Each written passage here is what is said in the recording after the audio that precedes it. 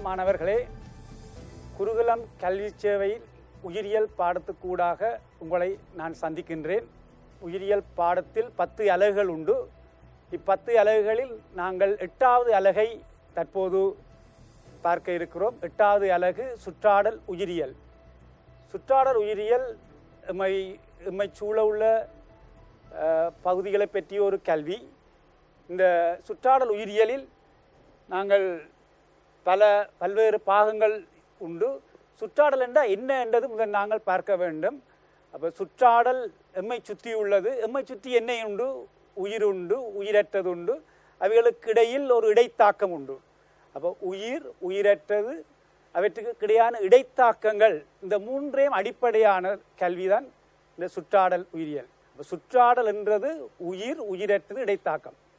அப்போ சுற்றாடல் நாங்கள் உயிர், உயிரற்றதுன்ற செயற்பாடுகள் பார்க்கும்போது அங்கே உயிரெண்டா என்ன, இது உயிரற்றது என்ன என்றதை பற்றி பார்ப்போம். அப்போ இந்த சுற்றாடல் கல்வியின் முக்கியத்துவம் என்ன, இப்போ சுற்றாடல் கல்வியை கொண்டு வந்தது என்ற நோக்கம் என்ன? அப்போ சுற்றாடல் கல்வியில் நாங்கள் அதிலேருந்து என்னத்தை பார்க்க இருக்கிறோம்? அப்போ இங்கே நீங்கள் இதில் சுற்றாடல் என்றா என்ன என்றதை நாங்கள் இதில் பார்க்கிறோம். இல்லை சுற்றாடல் என்றது.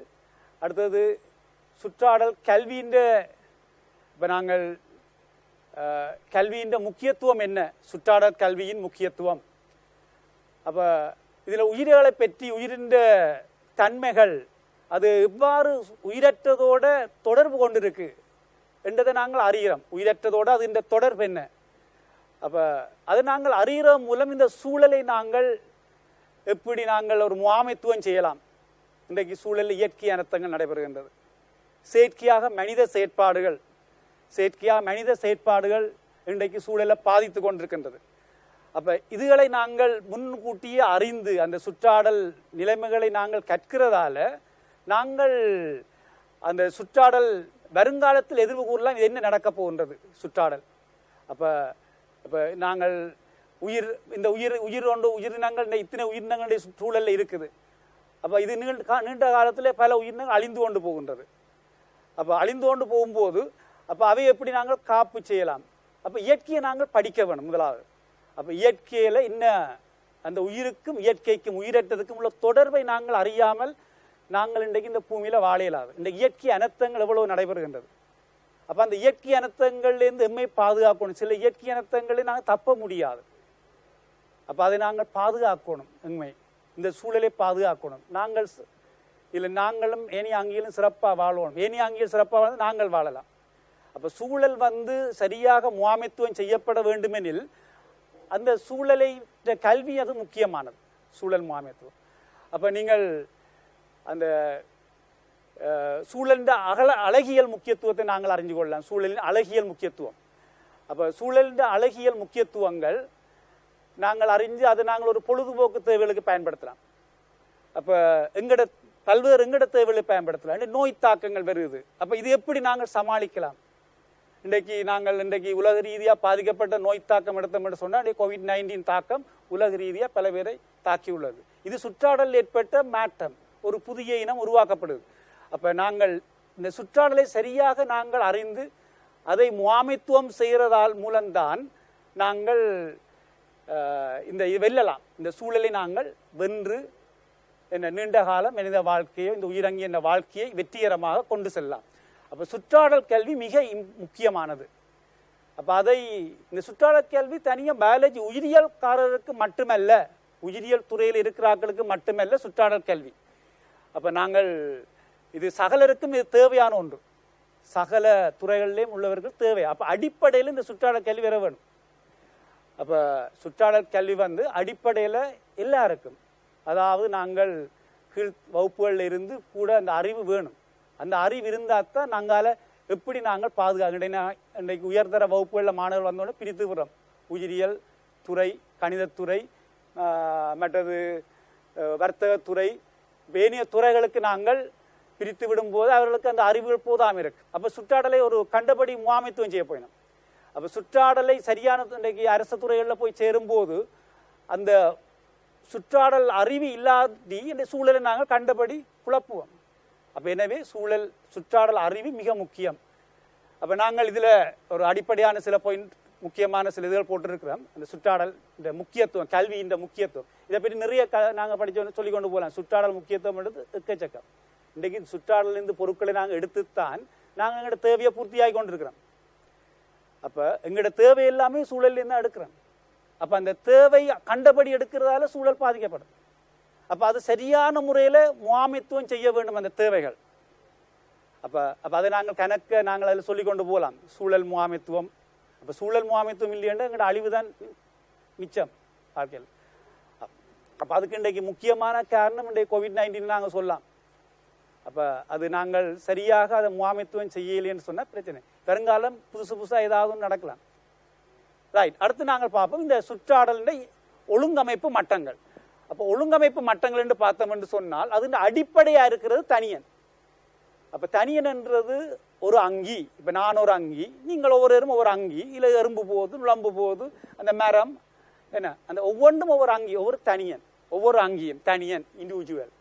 அப்போ அந்த தனியன்கள் சேர்ந்த ஒரு கூட்டம், ஒரு இனத்தின் தனியன்கள் சேர்ந்த ஒரு கூட்டம் குடித்தொகை. தனியன்களை நாங்கள் ஒன்றாக சேர்க்கிறோம். இப்போ யானை என்றது ஒரு தனியன் எடுத்தால் அது சேர்ந்த ஒரு யானை கூட்டம் குடித்தொகை. இப்போ இலங்கையில் உள்ள மனிதர்கள் ஒரு குடித்தொகை. இப்போ உலக ரீதியாக உள்ள மனிதர் எல்லாம் ஒரு இனம். அப்போ உலக ரீதியாக உள்ள மனிதர் எல்லாம் ஒரு இனம். அதில் இலங்கையில் உள்ள மனிதர் ஒரு குடித்தொகை, இந்தியாவில் உள்ள மனிதர் இன்னொரு குடித்தொகை.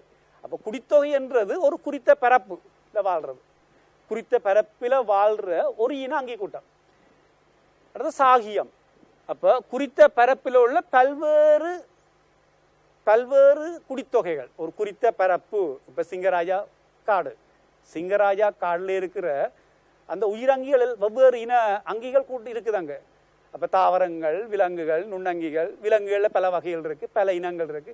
அப்போ அந்த இனங்கள், பல்வேறு இனங்கள் ஒன்று சேர்ந்த ஒரு பரப்பில் ஒன்று சேர்ந்த நிலை, அதாவது குடித்தொகைகளின் கூட்டம், ஒரு பரப்பில் உள்ள குடித்தொகைகளின் கூட்டம். அப்போ நாங்கள் சாகியம் என்று சொல்லலாம். அப்போ சாகியத்தில் உயிரங்கிகள் மட்டும் அங்கே வருகிறது. அப்போ சூழல் தொகுதியில் நாங்கள் பார்த்தோம்னா சூழல் தொகுதியில் உயிரும் உயிரற்ற கூறுகளும் காணப்படுகின்றது. உயிரும் உயிரற்ற கூறுகளும் சூழல் தொகுதியில் காணப்படுகின்றது. அப்போ சூழல் தொகுதியில் உயிரற்றது, அவற்றுக்கு இடையில இடைத்தாக்கம், ஒரு பிணைப்பு இருக்கு சூழல் தொகுதியில். அப்போ அந்த இடைத்தாக்கம் உதாரணமாக இப்போ நாங்கள் சுவாசிக்கிறோம் என்ன, அப்போ அந்த வழியில இருக்கிற ஒட்சன் உட்செல்லுது. அப்போ வழியில இருக்கிற ஒட்சன் உட்சென்று உள்ளுக்கு தாக்கம் அடையுது. கலைச்சுவாசத்தின் மூலம் எங்களோட உடல் கலங்களில் சேதன உணவு உடைக்கப்படுகிறது. அப்போ அங்கே உயிரற்ற கூறு ஒட்சன் உட்சென்று தாக்கம் அடையுது. இதே மாதிரி நாங்கள் உணவு உண்றோம், உயிரற்ற உணவுப் பொருட்களை உண்றோம். அப்போ அந்த உணவுப் பொருள் எங்களுக்கு உட்சென்று தாக்கம் அடையுது. அப்போ உயிருள்ளது உயிரற்றுக்கு இடைத்தாக்கம் இருக்கு. அப்போ சூழல் தொகுதியில் உயிருள்ளது உயிரற்றது இடைத்தாக்கம் இது அடிப்படையாக அமையுது. அப்போ நாங்கள் இப்போ சிங்கராஜா காடு ஒரு சூழல் தொகுதி என்று சொல்லலாம். அப்போ இங்கால உயிர்கோளம் புவியில இருக்கிற அத்தனையும், புவியில இருக்கிற அத்தனை உயிர் வாழ்ற பரப்பும். அப்போ புவியை எடுத்தோம் என்றால் எங்கெங்க உயிர் வாழுதோ அவ்வளோ பகுதியும் உயிர்கோளம் ஒன்றாக பார்க்கலாம். அப்போ இதில் நாங்கள் தனித்தனியாக பார்த்தோம் என்று சொன்னால் அந்த ஒவ்வொன்றுக்கு தனியன் என்றா என்ன என்றதுக்கு ஒரு விளக்கமாக ஒரு இப்போ நாங்கள் ஒரு சின்ன ஒரு ஒவ்வொன்றையும் இப்போ இந்த ஒழுங்கமைப்பு மட்டம் இதில் கேள்வி எப்படி போடலாம், ஒரு அடிப்படையில் ஒரு கேள்வியை போடுறேன் என்றால் ஒரு சின்ன ஒரு ஷார்ட் நோட்ஸ் போடலாம். இந்த ஒழுங்கமைப்பு மட்டங்கள் சுருக்கமாக விளக்குக. அப்போ என்ன ஒழுங்கமைப்பு இருக்கு ஒவ்வொன்றையும் சொல்றோம். அப்போ அதுக்கு அடிப்படையான பாயிண்ட்ஸ் தான் இருக்கு, ஒழுங்கமைப்பு மட்டங்கள் இந்த ஒவ்வொன்றினே அடிப்படையா. அப்போ தனியனுக்கு நாங்கள் அடிப்படை என்ன சொல்றோம், இதான அந்த சுற்றாடல் ஒழுங்கமைப்பின் அடிப்படையா உள்ளது, அடிப்படை அழகுன்னு சொல்றோம். என்ன பாகுபாட்டின் அடிப்படை அழகு இனம் என்று சொல்றோம், கன விஷயத்துக்கு அடிப்படை அழகு சொல்றோம். அப்போ அதே மாதிரி சுற்றாடலின் அந்த சுற்றாடல் ஒழுங்கமைப்பின் அடிப்படை அழகு தனியன். அப்போ இதில் யானையை காட்டியிருக்கு தனியன். அப்போ இது விழா பாயிண்ட்ஸும் அதில் எழுதினா அதுக்கு போதுமான மற்றது தேவைப்படாது. அப்போ நாங்கள் இப்போ இதில் நீங்கள் உங்களோட பாடங்கள் அந்த ரிசோர்ஸ் புக், அதாவது இந்த எண்ணெயால் வெளிவிடப்பட்ட ரிசோர்ஸ் புக் அடிப்படையெல்லாம் கேள்விகளும் வரப்போகுது. அப்போ நாங்கள் கூடுதலாக அதை அடிப்படையாக வச்சுக்கொண்டு படிக்கிற நல்ல. அப்போ நாங்கள் கன விஷயங்கள் விரிவாக பார்க்கலாம், நிறைய விஷயங்கள். ஆனால் கேள்வி ஒரு குறிப்பிட்ட எல்லைக்குள்ளதான் அந்த கேள்விகள் இருக்க போகுது. அப்போ படிக்கும் போதே அந்த எல்லை பார்த்து நாங்கள் படிக்கிறேன் அல்ல, விரிவான அறிவு இருக்கிறேன் அல்ல. ஆனால் டெஸ்ட் போகும்போது அந்த எல்லைக்குள்ள நாங்கள் படிக்க அந்த ஆன்சர் பண்ணலாம், எழுதக்கூடியா இருக்கு, விடைகளை சரியாக எழுதக்கூடியா இருக்கு. அப்போ எல்லை தாண்டி நாங்கள் போகிறது கொஞ்சம் பொருத்தமற்றது. எல்லை தாண்டி வாசிக்கலாம், ஆனால் டெஸ்ட்டுக்கண்டு ஆயத்தப்படுத்திக்க அந்த எல்லைக்குள்ளே தான் நிற்க வேண்டியிருக்கு. ஏன்னா மார்க்கிங் ஸ்கீம் ப்ரிப்பேர் பண்ணிக்க அந்த ரிசோர்ஸ் புக்கோட சேர்த்து தான் வருது. அப்போ அது இந்த பாயிண்ட்ஸ், அது இந்த உதாரணங்களை நாங்கள் அடிப்படையாக வருது. அப்போ இது தனியனை பற்றி நாங்கள் போடப்பட்டோம். அடுத்த குடித்தொகை பாருங்க, யானைன்ற கூட்டம் ஒரு இனம், ஒரு இனத்தின் கூட்டம், ஒரு குறித்த பரப்பில் வாழ்கிற ஒரு இன அங்கி கூட்டம். அப்போ அதில் அந்த அதுக்குரிய வரை விளக்கணம் இதில் கொடுக்கப்பட்டிருக்கு.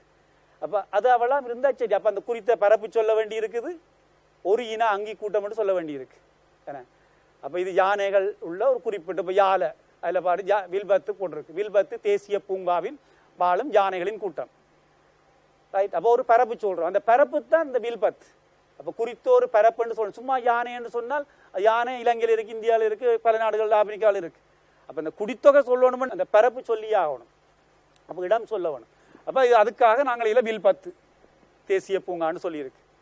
அப்போ அடுத்தது விளக்கம் சாகியம். சாகியம் அந்த முதலே சொன்னேன். சாகியம்ன்றது ஒரு குறித்த பரப்பில் இருக்கிற பல்வேறு இன குடித்தொகைகள் ஒன்றாக, பல்வேறு இன குடித்தொகைகள் ஒன்றாக சொல்கிறோம்.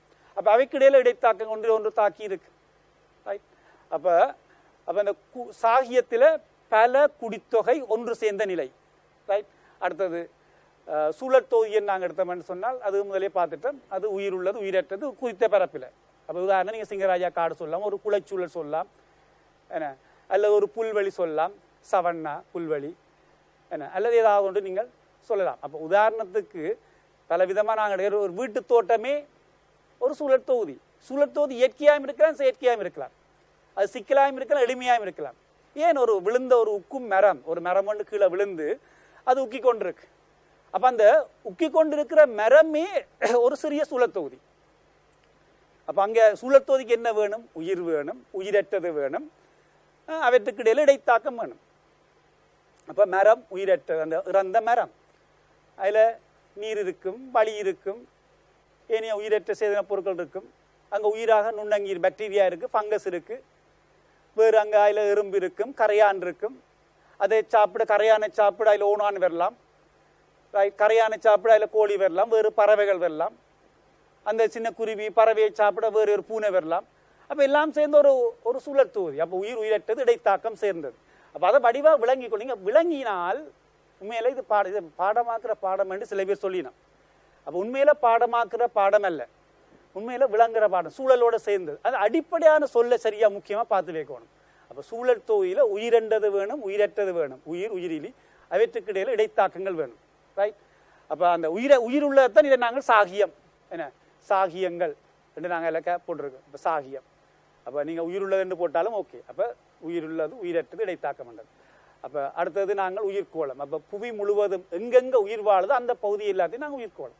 இப்போ புவியில் இந்த கோளம் என்று நாங்கள் சொல்லும்போது கோளம் நாங்கள் அந்த தரைக்கோளம், நீர்க்கோளம், என்ன, வளிக்கோளம், உயிர்கோளம் என்று பார்க்குறோம். இது அது இந்த 4 கோளங்களை பற்றி அதிகமாக எங்களுக்கு இப்போத்தைய சிலபஸில் இல்லை. ஆனால் அப்படியும் இருக்கு. என்ன, சின்ன வகுப்பில் நீங்கள் படிச்சிருப்பீங்க. என்ன, அப்போ அதில் லித்தோஸ்பியர், ஹைட்ரோஸ்பியர், அட்மாஸ்பியர், பயோஸ்பியர், அப்போ 4 கோளங்கள். அப்போ அதில் உயிர்கோளம், உயிர் உள்ள, அப்போ உயிர் உள்ள பரப்பு எல்லாமே, அது தரையாக இருக்கலாம், நீராக இருக்கலாம், எங்கே என்ன உயிருள்ள பகுதி எல்லாமே உயிர்கோளத்துக்கு அடங்கும். அப்போ புவி மீது காணப்படுகின்ற அந்த உயிர் வாழுகின்ற, அது வழிப்பகுதியாகவும் இருக்கலாம், நீர்ப்பகுதியாகவும் இருக்கலாம், தரைப்பகுதியாகவும் இருக்கலாம், உயிர் வாழுகின்ற பரப்பு ஒட்டுமொத்தமாக நாங்கள் உயிர்கோளம் என்று சொல்கிறோம். ரைட். அப்போ நாங்கள் இந்த ஒழுங்கமைப்பை பற்றி பார்த்தோம் இல்லை. அப்போ அடுத்து நாங்கள் இந்த சுற்றாடலின் கூறுகள். அப்போ சுற்றாடலின் கூறுகள் என்று சொல்லும்போது, அப்போ சுற்றாடல் என்ற சூழல் தானே, அது 2 அடிப்படையாக நாங்கள் பிரிக்கிறோம். ஏற்கனவே சொன்ன விடயங்கள்லாம் 2 அடிப்படை, உயிர் உள்ளது உயிரற்றது, 2 அடிப்படை கூறுகள். அப்போ உயிருள்ள கூறு, உயிரற்ற கூறு. அப்போ இதில் உயிரிலி கூறு, உயிர்கூறு. அப்போ உயிரிலி கூறு என்ற என்ன, சின்ன பிள்ளை வீட்டில் உள்ள ஒரு ஆண்டு படிக்கிற பிள்ளையே சொல்லுமே என்ன. அப்போ அதே மாதிரி தான் இது கேட்டால் எழுத வேணும். நீங்கள் எழுதாட்டி மார்க்ஸ் இல்லை. இப்போ நீங்கள் இதை கேட்டால் இப்போ நீங்கள் என்ன செய்யுங்க, 2 பாயிண்ட்ல எழுதி போட்டு விடலாம். மண் இருக்கு, நீர் இருக்கு, எல்லாத்தையும் எழுதணும். மண், நீர், வளி, என்ன மற்ற சக்தியா என்ன இருக்கு, ஒளி, உயிரில் ஒளி இருக்கு, வெப்பநிலை, என்ன மற்றது ஒளியில கூடுதலாக நீங்கள் சொல்லியிருக்க இல்லை சூரிய ஒளி என்று சொல்கிறேன் எல்லாம். ஆனால் 2மே கொடுக்கின ஒளி சூரிய ஒளி என்று, செயற்கை ஒளியும் வரலாம் தானே, சூரிய ஒளியும் வரலாம், நிலா ஒளியும் வரலாம், என்ன மின்னொளியும் வரலாம். அப்போ ஏதோ ஒளி இருக்காங்க. அப்போ அதுக்காக நாங்கள் அதை பிரித்து போடுறோம். ஒளி எண்ணும் போட்டு சூரிய ஒளி தான் மெயினாக நாங்கள் இந்த சூழலில் இயற்கையாக இருக்கிறது. அப்போ போசனை கூறுகளும் காணப்படுது. அதில் போசனை கூறுகள், வெப்பநிலை. அப்போ இதுவெல்லாம் நீங்கள் சொல்லணும். உயிரிலி கூறுன்னு சொல்லும் போது அத்தனையும் சொல்லிக்க ஒவ்வொன்றுக்கும் ஒவ்வொரு மார்க்ஸ் கிடைக்கும். நீங்கள் இதில் விட்டீங்கன்னா இருக்காது. அப்போ 7 பாயிண்டில் இருக்கண்டா 7 எழுதினா தான் இல்லை ஃபுல் மார்க்ஸ், இல்லை 4 எழுதினா அரைவாசி மார்க்ஸ். அப்போ அதுகள் கவனிக்கப்படும். அதே மாதிரி உயிர்கூறுகள் என்றால் தாவரம் விலங்கு அடிப்படையானது. அப்போ நுண்ணங்கியலாக என்ன இருக்குது? பாக்டீரியா. அப்போ பாக்டீரியாக்கள், ஃபங்கஸுக்கள், புரோட்டிஸ்டாக்கள். அப்போ புரோட்டிஸ்டா வந்து ஒரு யூக்கரியோட்டா, அதில் மிகச்சிறியாக்கள், அதாவது தாவரம் விலங்குக்கு அகப்படாத, அதாவது புரோக்கரியோட்டா அல்லாத யூக்கரியோட்டாக்கள். அப்போ புரோட்டிஸ்டாக்கள். அப்போ புரோட்டிஸ்டான்னு சொல்லும்போது அங்கே என்ன வரும்? இந்த அல்காக்கள் வரும், மற்ற தனிக்கல விலங்குகள் வரும். தனிக்கல விலங்குகளாக நாங்கள் பரமேசியம், அமீபா போன்றன பார்க்கலாம். ரைட். அப்போ இது சுற்றாடலின் கூறுகள். அப்போ இது ஒரு ஸ்ட்ரக்சர் பேப்பரில் போடலாம். சுற்றாடலின் பிரதான 2 கூறு என்ன, அந்த ஒவ்வொரு கூறுலையும் என்னென்ன அங்கிகள் என்னென்ன காணப்படுகின்றது என்று கூறலாம். அடுத்து நாங்கள் அந்த சூழலில் வந்து இந்த வாழிடம் சூழல் திதி என்ற பகுதியில் இருக்கு. இல்லை நாங்கள் சூழல் திதியை பற்றி பார்ப்போம். அப்போ சூழல் திதி என்பது திதி, சூழல் திதி. அப்போ இது கனவேருக்கு இந்த விளக்கம் குறைவாக இருக்கு. சூழல் திதி என்பது, அப்போ சூழல் திதி என்றேக்கு ஒரு அங்கி, அந்த சுற்றாடல் வகிக்கிற பங்கு என்ன, அந்த சுற்றாடல்ல ஒரு அங்கி வகிக்கிற பங்கு, அது இந்த வகிப்பாகம் என்ன.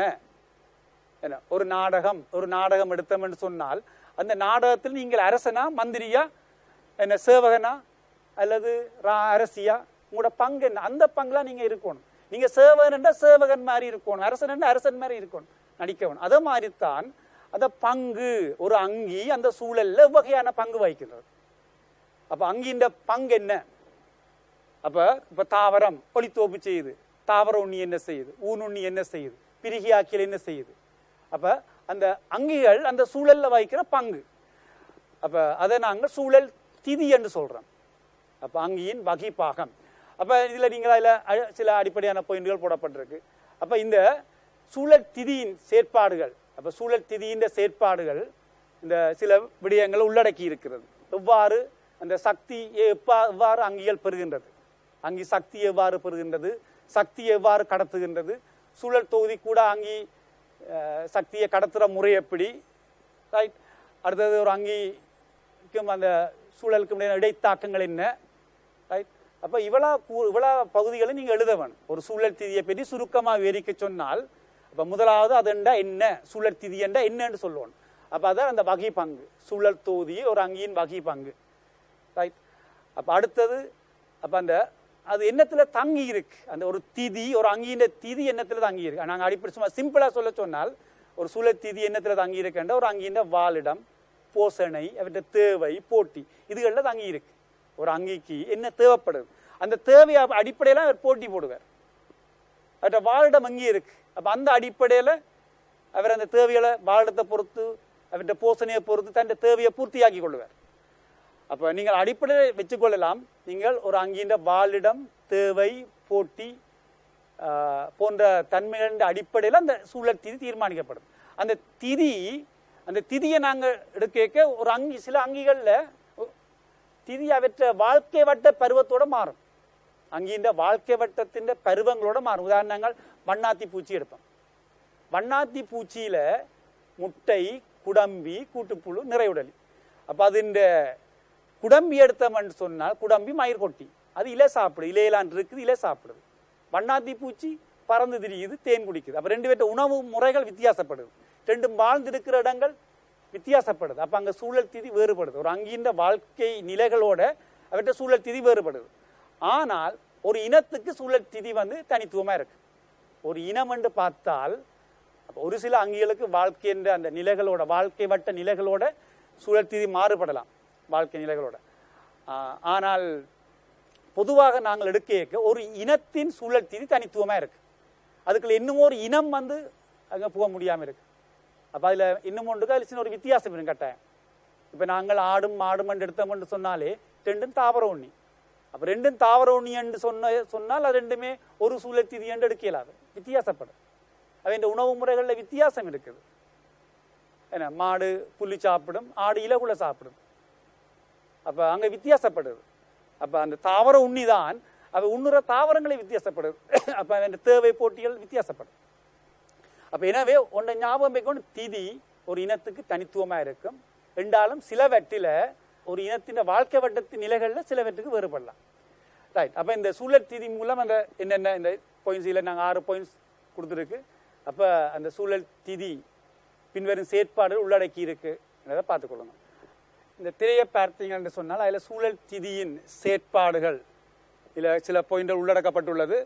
அப்போ அதில் அங்கே சக்தியை எவ்வாறு பெறுகின்றது, முதலாவது அங்கே சக்தியை எவ்வாறு பெறுகின்றது, இரண்டாவது உணவை எவ்வாறு பெறுகின்றது, மூன்றாவது சூழல் தொகுதிக்கூடாக அங்கே சக்தியை எவ்வாறு கடத்துகின்றது, நான்காவது ஒரு அங்கி ஏனைய அங்கிகளுடனான இடைத்தாக்கங்கள் எவ்வாறு ஏனைய அங்கிகள் இடைத்தாக்கத்துக்கு உள்ளாகுது, ஐந்தாவது போசனை கூறுகளின் மீள் சுழற்சியில் அங்கியின் பங்கு, ஆறாவது சூழல் நிலைமைகளுக்கான அங்கியின் சகிப்புத்தன்மை, அதாவது சூழலில் உள்ள வெப்பநிலை, மணிநீர் ஈரப்பதன் போன்ற சூழல் நிலைமைகளுக்கு எவ்வாறு சகிப்புத்தன்மை. அப்போ இது ஒரு சூழல் திதியின் செயற்பாடுகளை உள்ளடக்கியுள்ளது. அடுத்து நாங்கள் அந்த அங்கின்ற வாழிடம், இப்போ வாழிடத்துக்கும் சூழல் திதிக்கும் சில வேறுபாடுகள் உண்டு, நாங்கள் ஒன்றாக எடுக்க முடியாது. அப்போ வாழிடம் என்றது என்ன, முதலாவது அப்போ வாழிடம் என்பது ஒரு அங்கின்ற இடம், அங்கி இயற்கையாக அங்கே இருக்கிற இடம் தான் நாங்கள் எடுக்க போகிறோம் வாழிடத்தில். அப்போ சூழல் திதிக்கும் சூழல் அந்த அங்கின்ற வாழிடத்துக்கும் நேரடியாக நாங்கள் ஒன்று இது அது சூழல் திதி தான் வாழிடம் என்று நாங்கள் 100% பொருத்தி பார்க்க இயலாது. வித்தியாசம் இருக்கு. ஒரு அங்கி இயற்கையாக வாழ்கிற இடம் தான் வாழிடம். அப்போ வாழிடத்தை விரிப்பது பல சுற்றாடல் காரணிகள் பயன்படுத்தப்படுகின்றன. அப்போ இங்கே நீங்கள் பார்த்தீங்கன்னு சொன்னால் அப்போ நாளொன்றுக்கு பெறப்படுகின்ற அதில் ஒரு எழுத்து இதாக வருது. அப்போ ஒரு அங்கி இயற்கையாக வாழ்கிற பௌதிக பரப்பு, ஒரு அங்கி இயற்கையாக வாழ்கிற பௌதிக பரப்பு அந்த வாழிடம். அடுத்து நாங்கள் அதில் அந்த வாழிடம் ஒரு அங்கின வாழிடம் சில தன்மைகள், அந்த சூழல் தன்மைகளில் அந்த அங்கின வாழிடம் தீர்மானிக்கப்படுகின்றது. அந்த சூழல் தன்மைகளாக இதில் காட்டப்பட்டிருக்கு. அப்போ அதில் ஒன்று அந்த கிடைக்கும் சூரிய ஒளி, அந்த முதலாவது கிடைக்கும் சூரிய ஒளி அதில் நம்பர் மாறப்பட்டிருக்கு. சூரிய ஒளியின் அளவு, இரண்டாவது வருடாந்த வெப்பநிலை வீச்சு, மூன்றாவது வருடாந்த சராசரி மழை வீழ்ச்சி, மண்ணின் தன்மை. அப்போ இந்த பௌதிக காரணிகளில் தங்கி இருக்க ஒரு அங்கின்ற வாழிட பிறப்பு. அப்போ நாங்கள் வாழிடத்தையும் சூழல் திதியையும் ஒன்று சேர்க்க முடியாது, ரெண்டுக்கும் வித்தியாசம் இருக்கு. அடுத்து நாங்கள் சுற்றாடல் இடைத்தாக்கங்கள். இது இந்த சுற்றாடல் இடைத்தாக்கங்கள் எடுத்தோம் என்று சொன்னால் நம்ம 2019ஆம் ஆண்டு அமைப்பு கட்டுரை வினாக்களில் இந்த கேள்வி உண்டு, அந்த சுற்றாடல் இடைத்தாக்கங்கள் பற்றி. அப்போ நீங்கள் அதில் 3 வகையான இடைத்தாக்கம், அந்த இடைத்தாக்கங்களை அதில் சுட்டிக்காட்டி அவருக்குரிய அந்த முக்கியமான விடயங்களை நீங்கள் அதில் போடலாம், எழுதலாம். அப்போ இடைத்தாக்கம் என்பது உயிருக்கும் உயிருக்குமான இடைத்தாக்கம், உயிருக்கும் உயிரற்றதுக்குமான இடைத்தாக்கம், அடுத்த உயிரற்றதுக்கும் உயிரற்றதுக்குமான இடைத்தாக்கம். இப்போ நாங்கள் 3ஆக பார்க்கலாம். அப்போ இதில் இடைத்தாக்கங்கள் இல்லை முதலாவது, அப்போ சுற்றாடல் இடைத்தாக்கத்தை 3ஆக பார்க்கும்போது முதலாவது உயிர் உயிர் இடைத்தாக்கம் என்ன. அப்போ உயிருக்கும் உயிருக்குமான இடைத்தாக்கங்களில் அதில் அங்கியலுக்கு இடையான போட்டி சொல்லலாம், இறைகவுவல் சொல்லலாம், அதில் ஒன்றிய வாழ்வு தொடர்பு சொல்லலாம். அப்போ இரு அங்கிக்கு இடையான இடைத்தாக்கம். அப்போ ஒன்றை இறகவி, புலி மானை கொன்று சாப்பிடுது, அதில் சிங்கம் மானை கொண்டு சாப்பிடுது, அதில் பூனை எலியை பிடிச்சு சாப்பிடு. அப்போ ஒன்று கொண்டு இடைத்தாக்கம் இருக்கு. அப்போ அங்கே உயிருக்கும் உயிருக்கும் இடையானது. மற்றது ஒத்த தன்மை ஆக்களுக்குள்ள போட்டி இருக்கு. போட்டி ஒரே தன்மை ஆக்களுக்கெல்லாம் கூடவே இருக்கு. அப்போ போட்டி இப்போ மாட்டுக்கு நாய்க்கும் இடையில போட்டி வராது ஏண்டா, அவர் வேற சூழல் திதி, நாய் வேற மாடு வேற. அப்போ ஒரே தன்மை யாருக்கு கூட இருக்கு அவருக்கு இடையெல்லாம் போட்டி கூடவே இருக்கு. அப்போ ஒரு இன அங்கிகளுக்கு இடையில போட்டி கூட. அப்போ போட்டி என்பது உச்சமா இருக்கிற ஒரு இன அங்கி, அதுலேயும் ஒரு குடித்தொகைக்குள்ள போட்டி கூட. இப்போ சிங்கராஜா காட்டில் வாழ்ற மான்கள் எடுத்தோம்னு சொன்னால் அந்த மான் கூட்டங்களுக்கு உள்ள போட்டி இருக்கு. வேறு ஒரு மான் கூட்டம் அங்கால வில்பத்து காட்டில் வாழலாம். அப்போ வில்பத்து காட்டில் வாழ்ற மான் கூட்டத்துக்கும் சிங்கராஜா காட்டில் வாழ்ற மான் கூட்டத்துக்கும் போட்டிகள் தொடர்பு குறைவு, நிலப்பிறப்பால் வேறுபடும். அப்போ நாங்கள் ஒரு இனத்துக்குள்ள இருக்கிற போட்டியிலும் பார்க்க ஒரு குடித்தொகைக்குள்ள போட்டி இன்னும் உச்சமாக இருக்கு. அப்போ அது குறித்த பரப்பில் வாழுது, அவற்றை தேவையெல்லாம் ஒன்றாக இருக்குது, அதால் போட்டி கூடவே இருக்கு. அப்போ போட்டி என்பது முதலாக நாங்கள் ஒரு இனத்துக்குள்ள கூடன்னு சொல்கிறோம், இனங்களுக்கு இடையில போட்டி குறைவுன்னு சொல்கிறோம். அந்த போட்டியாக உச்சமாக இருக்கிறது ஒரு குடித்தொகைக்குள்ள போட்டி, ஒரு குடித்தொகைக்கு உள்ளே இருக்கிற தனியங்களுக்கு இடையில போட்டி கூட. அப்போ நாங்கள் இப்போ வில்பத்து காலில் வாழ்கிற யானைகளுக்கு இடையில போட்டி உச்சமாக இருக்கு, அல்லது வில்பத்து காலில் வாழ்கிற மான்களுக்கு இடையில போட்டி உச்சமாக இருக்கு. அப்போ ஒரு குடித்தொகைக்குள்ள உச்சமான போட்டி. அப்போ அப்படியும் கேள்விகள் போடலாம். அப்போ இதை சொல்லி அப்போ இந்த எம்சிக்கு கேள்வியில் நீங்கள் பார்த்தீங்கன்னு சொன்னால் எம்சிக்கு கேள்விகளில் அந்த நுணுக்கங்கள் காட்டுவேன். அப்போ நாங்கள் ஒரு இனத்துக்குள்ள போட்டி கூடன்றது அதுக்குள்ளேயும் கூட போட்டி கூடன்னா குடித்தொகைக்குள்ள. அப்போ நாங்கள் அதை வேறு பிரித்து விளங்கி கொள்ளணும். ஒப்பிட்டு பார்த்து இங்கே கூட எது பெருசு எது சிறிது அப்படின்னு ஒப்பிட்டு பார்க்கணும். தந்ததுக்குள்ள பெருசது, தந்ததுக்குள்ள சிறிதது. அப்போ அந்த 5 விடைகள் தெரியக்க எது பொருத்தமானது ஏன்னா அதுக்குள்ள பொருத்தம் பார்க்கணும். எது பிழை எது பொருத்தம் குறைவு, அந்த 5க்குள்ளே எது பொருத்தம் குறைவு. அப்போ அதை மாதிரி நாங்கள் இல்லை பார்க்குறோம் போட்டி எதுக்குள்ள உச்சம். அப்போ நாங்கள் தந்ததுக்குள்ள அப்போ குடித்தொகைக்குள்ள போட்டின்னு உச்சமாக இருக்கு. அப்போ நாங்கள் இது உயிருக்கிடையான இடைத்தாக்கம். அப்போ அடுத்தது உயிருக்கும் உயிரிலிக்குமான இடைத்தாக்கம். அப்போ இதில் 2வது அர்த்தம் என்ன, உயிரிலி இடைத்தாக்கம். அதாவது தாவரம் மண்ணிலிருந்து நீரை அகத்துறிஞ்சுகின்றது. அப்போ நீர் உயிரற்றது, தாவரம் உயிர் உள்ளது, நீரை உறிஞ்சு. அப்போ நீர் உள்ளு போய் தாக்கம் அடையுது. அதே மாதிரி தாவரம் ஒளித்தோப்புக்கு கார்பன் ஆக்சைடை உள்ளெடுக்குது. அப்போ கார்பன் ஆக்சைடை உள்ளெடுத்தால் அங்கே தாக்கம் அடையும். கார்பன் ஆக்சைடு உயிரற்றது. இப்போ நாங்கள் நீரை குடிக்கிறோம், அப்போ நீர் உயிரற்றது. அப்போ உயிரிலிக்கிடையான இடைத்தாக்கம் இங்கே காட்டப்படுது. அடுத்தது 3வது உயிரிலி இடைத்தாக்கம்.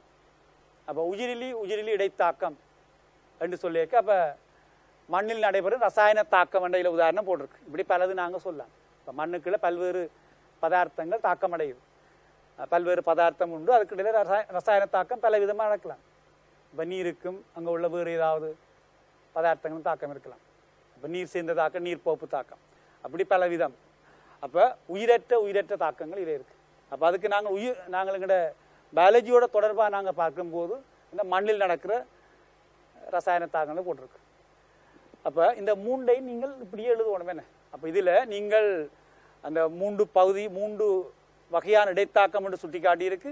ஒவ்வொன்றுக்கும் ஒவ்வொரு பாயிண்ட் உதாரணம் சுட்டி காட்டப்படணும்.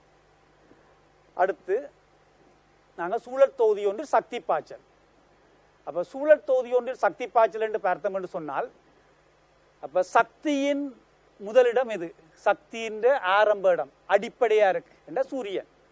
சூரியனே சக்தியின் முதல்வன் சூரியனே. அப்போ சூரியனால தான் இன்றைக்கு நாங்கள் எல்லாம் இந்த பூமியில் வாழ்கிற எல்லாருமே சகல அங்கிகளுமே வாழ்கிறோம்.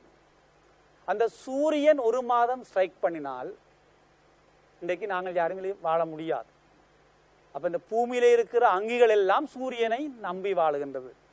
அது நேரடியாகவும் மறைமுகமாகும். அப்போ சூரிய சக்தி தான் இன்றைக்கு எல்லாரையும் வாழ வைக்கின்றது. அப்போ மிக முக்கியமானது சக்தியின் மூலம் வந்து சூரியன். அது வெவ்வேறு வடிவங்களுக்கு அது மாறி உயிரங்கிகளில் போய்கொண்டிருக்கு. அப்போ நாங்கள் அந்த சக்தி எப்படி சூழலுக்கு கடத்தப்படுகின்றது, சூழலுக்களால் சக்தி எப்படி கடத்தப்படுகின்றது. அப்போ சூரியன்லேருந்து வர சக்தி தாவரங்களில் படுகிற அந்த சூரிய ஒளி, தாவரங்களில் படுகின்ற சூரிய ஒளி அந்த பதிக்கப்படுகின்றது. அப்போ ஒரு தாவரத்தில் படுகிற சூரிய ஒளிகளில் பல அந்த தாவர உடல்லேருந்து தெறிக்கின்றது பெருமளவு சூரிய ஒளி. அப்போ தெரித்து செல்கின்றது, கொஞ்சம் வெப்பமாக இழக்கப்படுது. அப்போ மிக குறைந்த அளவு சக்தியே அந்த தாவரங்களில் பதிக்கப்படுது, ஒளித்தோப்புக்காக பதிக்கப்படுகின்றது. அப்போ இதில் நீங்கள் பார்த்தீங்கன்னு சொன்னால் புவிக்கான பிரதான சக்தி வழங்கி சூரியன்லேருந்து ஒளி சக்தி வெப்ப சக்தி என்பன வந்தடைகின்றன. அப்போ இது கூடிய அளவு ஒளி சக்தியாக வருகின்றது. அப்போ சூரியனிலிருந்து இந்த பூமியை வந்தடைகிற சக்தி வந்து ஒளி, வந்தடையும் சக்தி கூடுதலாக ஒளி. இப்போ வெப்பம் கூடுதலாக வருதுன்னு நாங்கள் இருக்கல, சுட்டு பொசுக்கிடு ரோட்டில் நடக்கல. அப்போ ஒளி தான் கூட. அப்போ இங்கே பூமிக்கு வந்தடைகிற சக்தியில் ஒளி கூட. அப்போ 2 சக்தி வருது. பல சூழல் தொகுதி அணுகுமுறைகள் பௌதிக ரசாயன விதிகளின் அடிப்படையில் அமைகின்றன. அந்த சூழல் தொகுதியிலெல்லாம் அந்த சக்தி தொடர்புகள் எல்லாம் அந்த நீங்கள் பிசிக்ஸில் கெமிஸ்ட்ரியில் அந்த படிச்சிருப்பீங்க. அந்த விதிகளுக்கு அமையத்தான் இதில் உள்ள தாக்கங்கள் எல்லாம் நடைபெறுகின்றது. வெப்ப இயக்கவியலின் முதலாவது விதிப்படி என்று சொல்லப்படுது. என்ன நீங்கள் அது பார்க்குறீங்க, சக்தியை ஆக்கவோ அழிக்க முடியாது, சக்தியை ஒரு வடிவத்திலிருந்து அடுத்த வடிவத்துக்கு மாற்றலாம். அப்போ அது வெப்ப இயக்கவியல் விதியில் நீங்கள் படிக்கிறீங்க. அப்போ அது இங்கேயும் பொருந்தும். அங்கே அந்த விதி எல்லா இடம் தான், ஃபிசிக்ஸ் கெமிஸ்ட்ரி மட்டும் இல்லை, பயாலஜி எல்லா இடம் இருக்குது. அப்போ சக்தியை நாங்கள் ஆக்கவோ அழிக்கவோ முடியாது, அதை ஒரு நிலையில இருந்து இன்னொரு நிலைக்கு நாங்கள் மாற்றலாம். அடுத்தது பச்சை தாவரங்களும் ஏனைய ஒளித்தோப்பு அங்கிகளும் சூரிய சக்தியை ரசாயன சக்தியாக மாற்றுகின்றன. அப்போ சூரிய ஒளி சக்தியை ரசாயன சக்தியாக மாற்றுதே தாவரத்தில் படுகிற சக்தி இல்லை மிக மிக குறைஞ்சளவு தான் பதிக்கப்படுகின்றது தாவரத்தில். அதான் நான் சொன்னேன், அதை ஒரு வீதம் ஏறத்தாழ தாவரங்களில் படுகிற சூரிய ஒளியில் ஒரு வீதமே அந்த தாவரங்களில் பதிக்கப்படுகின்றது. அந்த சக்தி தான், அந்த தாவரங்களில் பதிக்கப்படுற சக்தி தான் தாவரங்கண்ட வாழ்க்கைக்கும் பயன்படுது, தாவரங்கண்ட நாளாந்த செயற்பாடு பயன்படுகின்றது. அந்த சக்தியை அடுத்த விலங்குகளுக்கு அங்கால தாவர உணி செல்லுது கடத்தப்படுகின்றது, ஊனுணி கடத்தப்படுகின்றது. அப்போ அந்த உணவு சங்கிலி கூடாக சகல அங்கிலும் கடத்தப்படுகின்றது. அப்போ சக்தி அந்த பதிக்கப்பட்ட சூரிய சக்தியே அந்த தொடர்ச்சியாக எல்லா அங்கிலும் கடத்தப்படுது. இன்றைக்கு நாங்கள் இயங்குறோம், அதுக்குரிய சக்தி அந்த ஏடிபி சக்தியை பயன்படுத்தி இயங்குற வேண்டாம். அங்கே அடிப்படை பார்த்த சூரியனே. அப்போ அப்படி செயற்கையான எந்த சக்தி எடுத்தாலும் அங்கே அடிப்படை சூரியன் அங்கே இருக்கு, செயற்கைன்னு சொன்னோம். அந்த சக்தியை வேறொரு வடிவங்களுக்கு மாறுகின்றது. அப்போ இதில் சக்தி கடத்தப்படுறது அடுத்த தொடர்ச்சியாக பார்த்தோம்னு சொன்னால், அப்போ சூரிய ஒளியை பயன்படுத்தி பச்சை தாவரங்கள் தமது சொந்த சக்தியை உற்பத்தியாக்கி இளையங்களில் சேமிக்கின்றன. எல்லா அங்கிகளுக்கும் தேவையான சக்தியின் மூலம் அவற்றின் உணவின் ரசாயன சக்தியாகும். அப்போ பதிக்கப்பட்ட சக்தி உடலில் ரசாயன சக்தியாக மாற்றப்பட்டுள்ளது. அப்போ எல்லா தாவரங்களை விலங்குகள் சாப்பிடுது, விலங்குகளின் ஒரு விலங்கு சாப்பிடுது, உண்ணி சாப்பிடுது. அப்போ அங்கே ரசாயன வடிவில் அந்த உணவு வடிவில் சக்தி கடத்தப்படுது. அப்போ ரசாயன சக்தி, உணவில் உள்ள ரசாயன சக்தி தான் எல்லா அங்கிகளுக்கும் கடத்தப்படுகின்றது. எந்த அங்கியில் உள்ள ரசாயன சக்தியும் சூரியனின் கதிர்ப்பு சக்தியின் மாற்றத்தால் பெறப்பட்டது. அடிப்படை சூரியனே. இச்சக்தி தாவரங்கள் விலங்குகளின் இளையங்களில் சேமிக்கப்படுது. அப்போ அந்த சூரிய சக்தி ரசாயன சக்தி வடிவில் தாவரங்களில் இளையங்களில் சேமிக்கப்படுது. அப்போ தாவரங்களில் சேமிக்கப்படுது. இப்போ இந்த விலங்கு தாவரங்களை விலங்கு சாப்பிட விலங்குகளின் இளையங்களில் சேமிக்கப்படுகின்றது. அப்போ இப்படி சக்தி அந்த உணவு சங்கிலி கூடாக ரசாயன சக்தி கடத்தப்படுகின்றது. இறுதியாக அந்த விலங்குகளில் இருந்தோ தாவரங்களில் இருந்து வெப்பமாக சக்தி இழக்கப்படும். அப்போ இந்த சக்தி பாய்ச்சல் ஒரு நேர்பாதைக்குரியது. சக்தி ஒரு பாதையில் இந்த வட்டப்பாதையில் வராது. சக்தி எப்போது நேர்பாதைக்குரியது. இதில் அடுத்ததை பார்த்தோம்னு சொன்னால், இதில் சூழல் தொகுதி கூடா பாயும் சக்தி இறுதியில் வெப்பமாக வெளியில் இழக்கப்படுது, சூழலுக்கு இழக்கப்படுகின்றது, விரியமாக்கப்படுகின்றது. அப்போ சூரியனானது புவிக்கு தொடர்ந்து சக்தியை வழங்கவில்லை எனில் பெரும்பாலான சூழல் தொகுதிகள் முழுமையாக அழிக்கப்படும். அப்போ நேரடியாக மறைமுகமாக தங்கி இருக்கிற எல்லா சூழல் தொகுதியும் அழிக்க பார்க்கும். அதை பெரும்பாலும் என்று சொல்லப்படுது என்னென்றால், சிலது அழுகல் வளரிகள் வளர்கிற சூழலாக இருக்கும், அழுகிற உக்கள் உள்ள சூழலாக இருக்கும். அப்போ அதோட தொடர்பாக இருக்கும்போது அந்த அழுகும் பொருட்களில் வாழ்கிற அங்கிகள் இருந்தால் அது கொஞ்சம் தப்பி வாழும். அதுவும் பிரிந்தழிந்து முடிஞ்சால் கடைசியாக ஒரு அங்கியும் இல்லாமல் போயிடும். அப்போ அதான் பெரும்பாலான சூழத்தொகுதிகள் முழுமையாக அழிக்கப்படும். சக்தி பாய்ச்சல் நேர்பாதைக்குரியது. சக்தி பாய்ச்சல் நேர்பாதைக்குரியது, வட்டப்பாதை அல்ல. ஆனால் பதார்த்தங்கள் வட்டப்பாதையில் அசைகின்றன. அப்போ சக்தி வட்டப்பாதையில் அசையாது. அப்போ இதில் முக்கிய பாயிண்ட் என்னென்னா, முதல் சொன்னபடி என்ன, ஒளித்தோப்பு அங்கிகளை தாக்கும் கட்புலனாக மொழியில் ஏறத்தாழ 1% மட்டும் ரசாயன சக்தியாக மாற்றப்படுது. அப்போ ஏறத்தாழ 1% அந்த தாவரங்களில் படுகிற சூரிய ஒளியில் 1% தான் ரசாயன சக்தியாக மாற்றப்படுது, மிச்சம் பட்டு தரிக்குது. அடுத்ததை பார்த்தோம்னு சொன்னால், இந்த நாங்கள் சக்தி எப்படி கடத்தப்படுகின்ற சூரிய சக்தி எவ்வாறு கடத்தப்படுகின்றது என்றதை ஒரு பாய்ச்சல் கூட்டு படமாக காட்டப்பட்டுள்ளது. சூழல் தொகுதியில் சக்தி பாய்ச்சல். அப்போ அதை நீங்கள் பார்க்கலாம். சூரிய சக்தி முதலான உற்பத்தியாளருக்கு செல்லுது. அப்போ அது ஒளி மூலம் பிரதானமாக கிடைக்கின்றது முதலான உற்பத்தியாளர்களை. அப்போ முதலான உற்பத்தியாளர்கள் யார்? தாவரங்கள், பச்சை தாவரங்கள், அல்காக்கள் போன்றன. அப்போ அவை தங்களோட தேவைக்கு, அந்த முதலான உற்பத்தியாளர்கள் தங்களோட தேவைக்கு அந்த சக்தியை பயன்படுத்துகணும். அப்போ அந்த சக்தி இழக்கப்படுது. அப்போ முதலான உற்பத்தியாளர் தங்களோட தேவைக்கு பயன்படுத்த சக்தி பெருமளவு 90% சக்தி ஒவ்வொரு பூசண மண்டலத்திலும் இழக்கப்படுகின்றது. அப்போ முதலான உற்பத்தியாளர்களை முதலான நுகரிகள் உணவாக்குகின்றன. அப்போ அவை அந்த முதலான உற்பத்தியாளர்களில் பதிக்கப்பட்ட சக்தியில் பெரும்பது இழக்கப்பட ஒரு பகுதி சக்தி அந்த நுகரிகளுக்கு கடத்தப்படுகின்றது. அப்போ ஏறத்தாழ ஒரு 10% சக்தி தான் இந்த நுகரிகளுக்கு முதலான நுகரிகள் கடத்தப்படும். அப்புறம் முதலான நுகரி தான் பெற்ற சக்தியில் ஒரு 90% இழக்கின்றது சூழலுக்கு. அப்போ அது தான் பெற்ற சக்தியில் 90% தண்ட தேவைக்கு பயன்படுத்தி மிச்சம் இழக்குது. அப்போ அதில் 10% அடுத்த துணையான நுகரிகளுக்கு கடத்தப்படுகின்றது. அப்போ இப்படி சக்தி பாய்ச்சல் அதில் காட்டப்படுகின்றது. அந்த இறந்த உடல்கள் இந்த ஒவ்வொரு போசன மட்டத்திலே முதலான உற்பத்தியாக்கி முதலான நுகரிகள் மற்ற துணியான புடியான நுகரிகள் இறந்த உடல் கழிவுகள் அவையில நுண்ணங்கியல் பிரியாக்கியல் தாக்கி சக்தி இழக்கப்படுகின்றது. அப்போ இறந்த உடலை நுண்ணங்கியல் பிரிந்தழிய செய்கின்றது. அப்போ இதன் மூலம் சக்தி இழக்கப்படும். அப்போ சக்தி எப்படி கடத்தப்படுகின்றது இந்த பாய்ச்சல் கூட்டு படம் விளக்குகின்றது.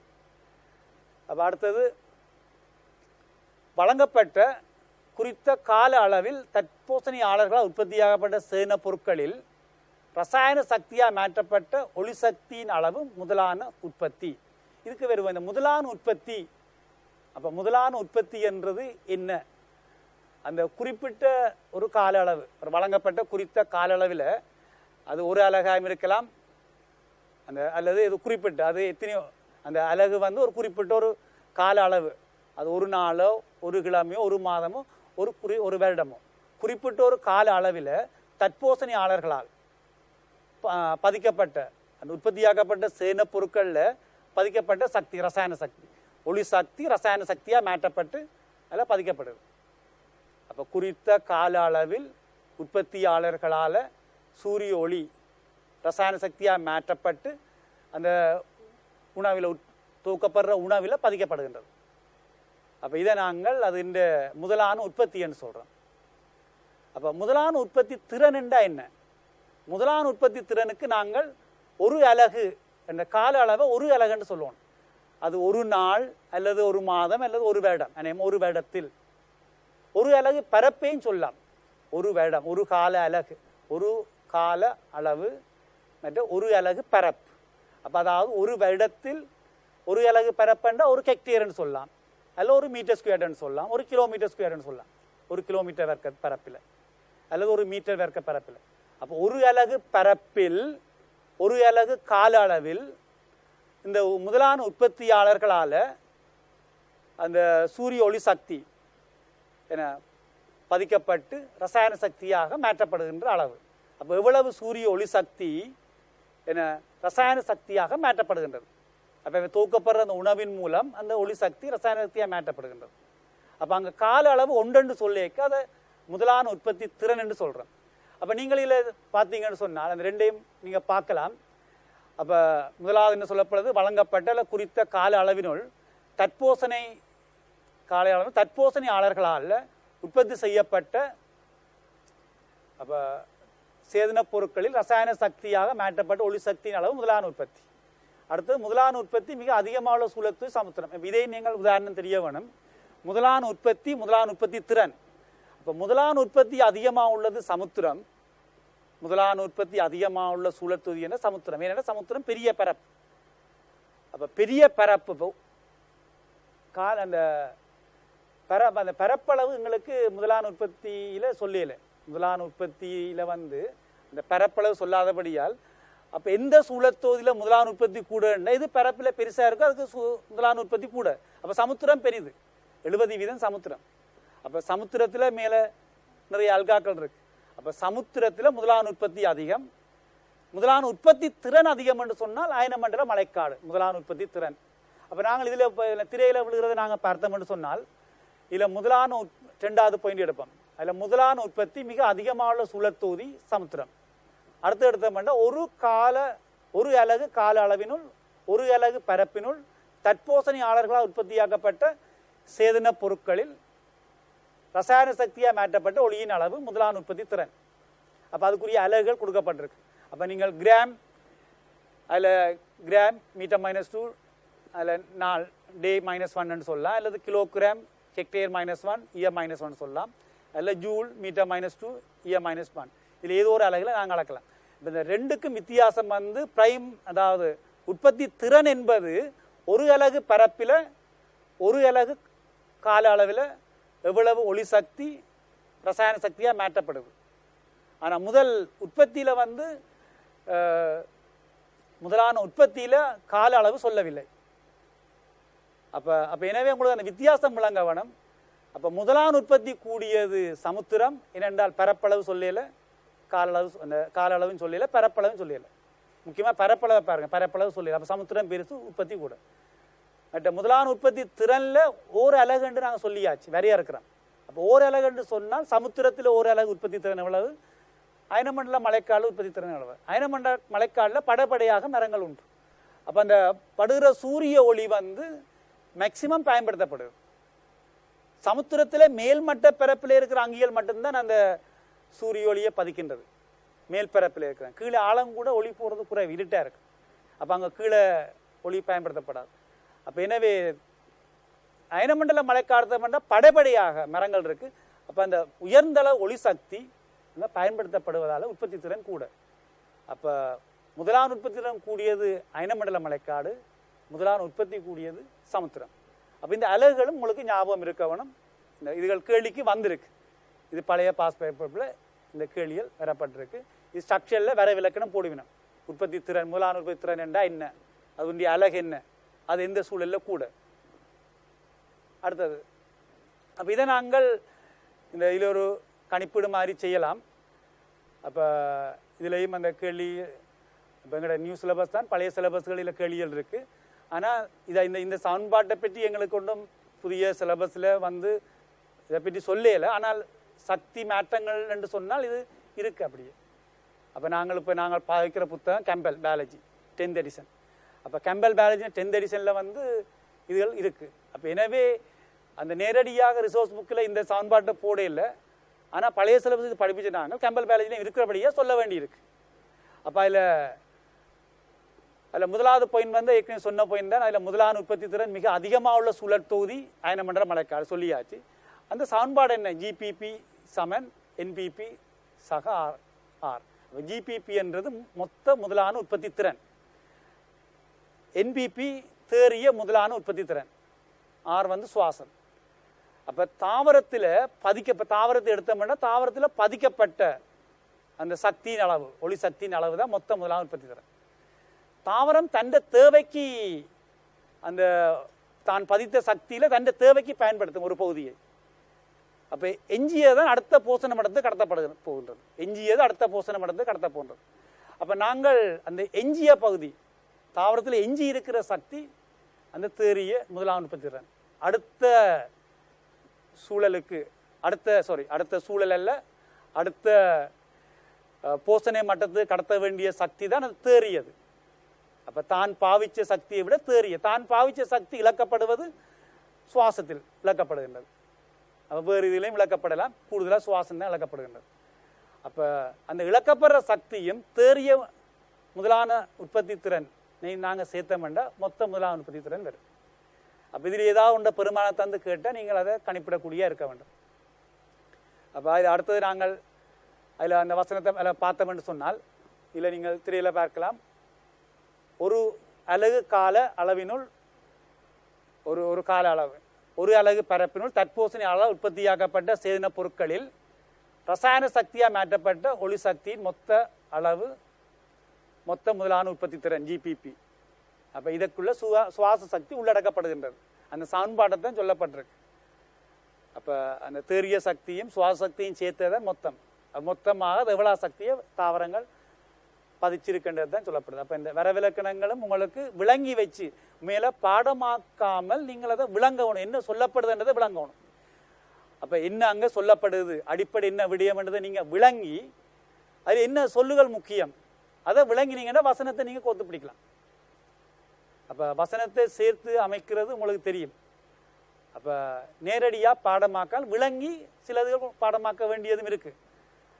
அப்போ விளங்கி நீங்கள் வைக்கணும் கூடுதலான விடயங்கள். அப்போ இதில் கணிப்பீடு இருக்குது, நாங்கள் அதை அங்கே போய் பார்க்கலாம். அந்த பேப்பரில் கணிப்பீடுகள் இருக்குது.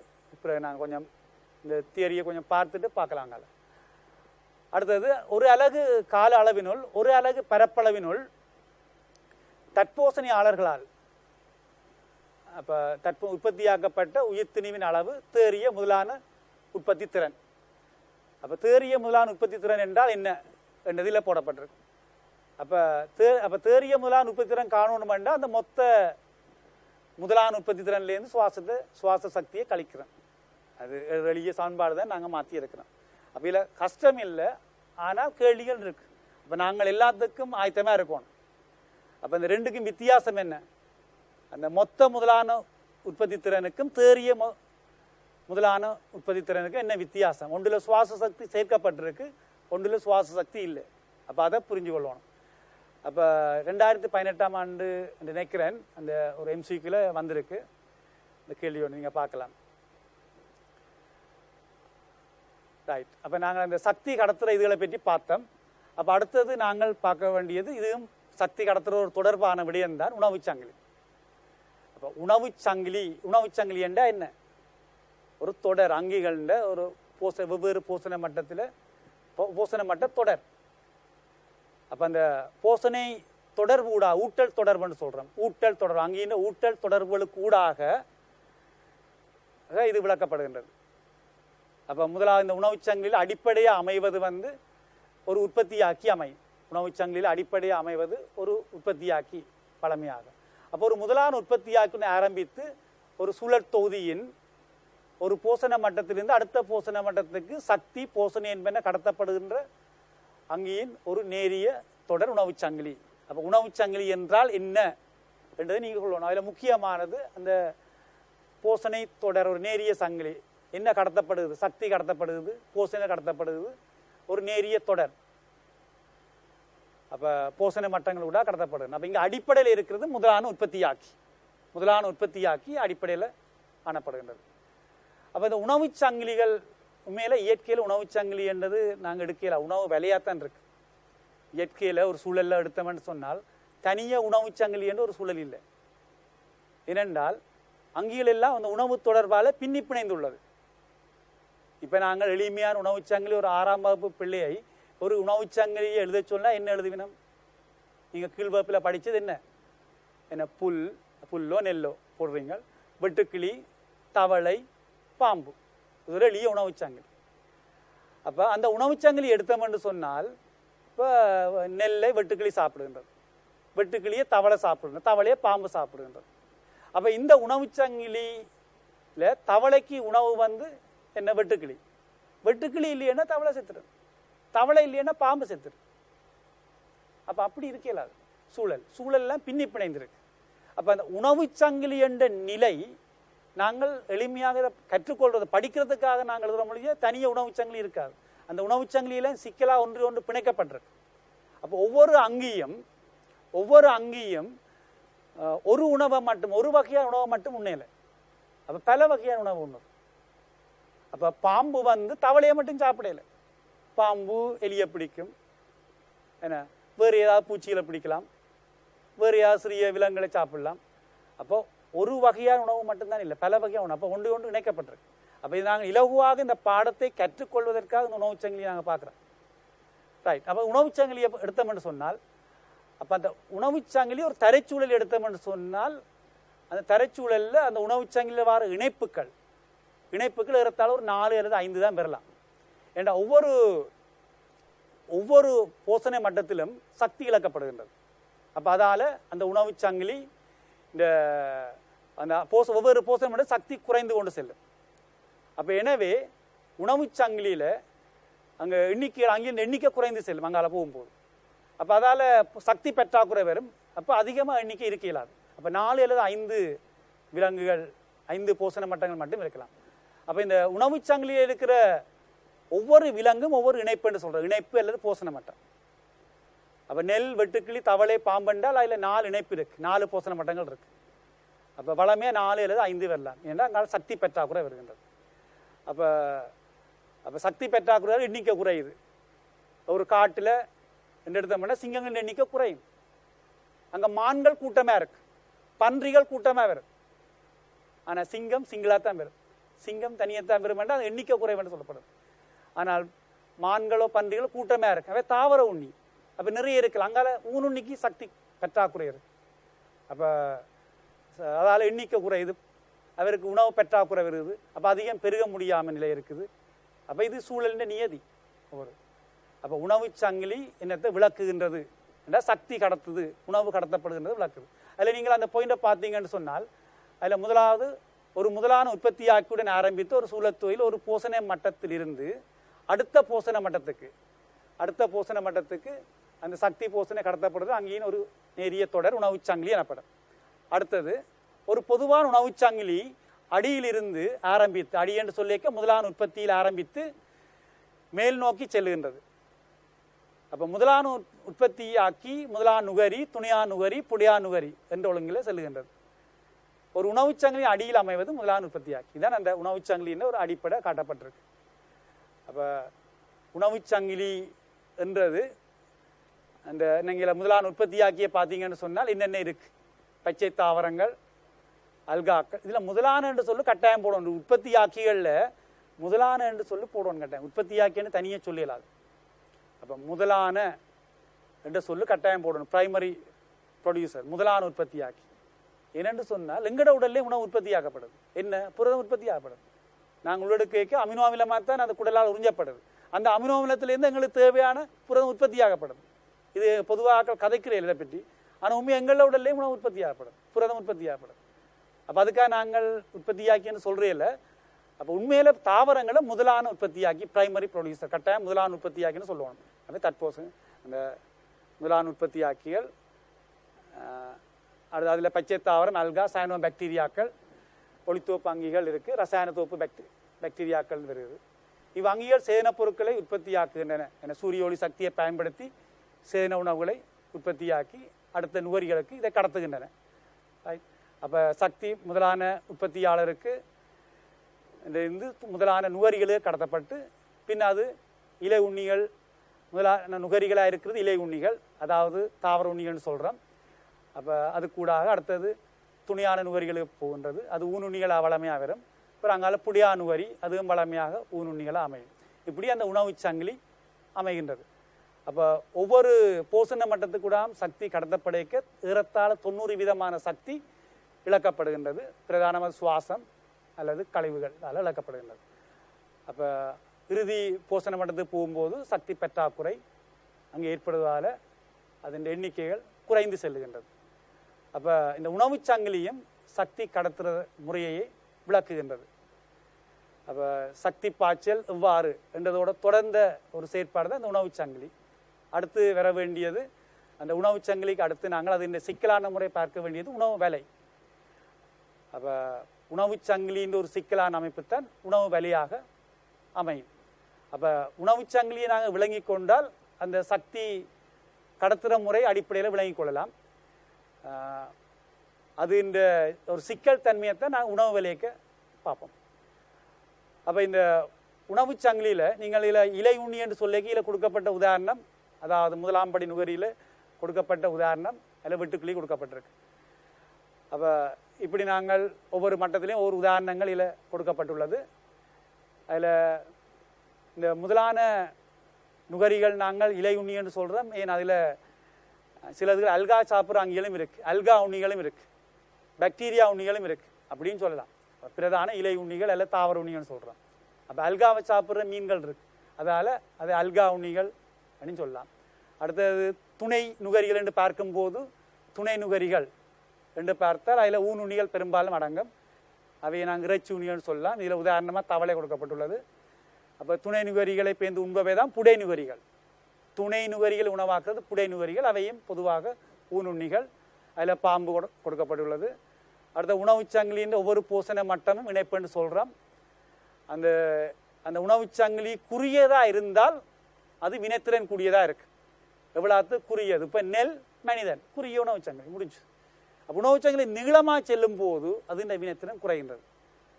அப்போ குறுகியதாக இருந்தால் வினைத்திறன் கூடிய உணவு சங்கிலி, நீண்டது வினைத்திறன் குறைவாக இருக்கு, சக்தி குறைந்து செல்லுகின்றது. அப்போ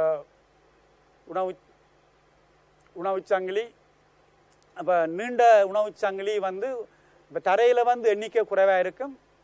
தரையில் உணவு சங்கிலி இந்த அந்த போசன மட்டங்கள் எண்ணிக்கை குறைவாக இருக்கும். ஆனால் கடலில் வந்து போசன மட்டங்கள் எண்ணிக்கை கூடிய அளவில் காணப்படலாம். இப்போ சமுத்திரத்தை எடுத்தமென்றால் போசன மட்டம் கூடிய அளவில் இருக்கலாம், சில அது 7-8க்கும் போகலாம். ஆனால் தரைக்கு எடுத்தோம் என்று சொன்னால் வளமையாக 4 அல்லது 5 இணைப்புகளை பார்க்கலாம்.